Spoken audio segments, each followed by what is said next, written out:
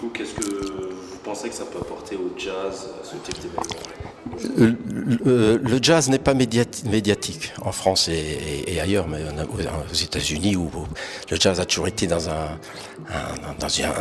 quelque part extrêmement présent, mais cantonné. Et ce qui fait qu'il n'y a pas de... Et plus on parle du jazz, mieux c'est. Alors là, on reparle justement de cette période du jazz qui est tellement oubliée, parce que c'est les années 20, entre 20 et 25, avec la présence des premiers grands musiciens noirs américains qui viennent jouer à Paris, parce que Paris c'est fabuleux, les gens vous adorent. Le jazz a été populaire 2 fois dans son histoire. C'est aux États-Unis avant la guerre, les années, ce qu'on a appelé la swing era, les années 30, et là il y a le public américain danse sur la musique de Benny Goodman, c'est une folie.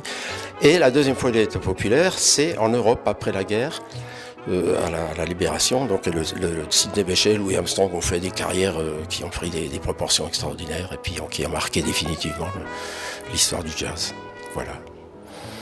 Vous avez peut-être quelque chose à nous dire pour que ce type d'événement perdure?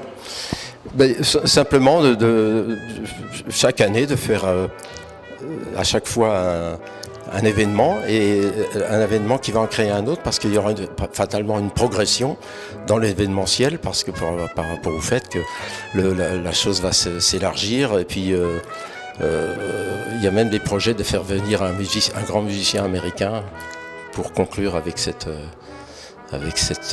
progression. Voilà.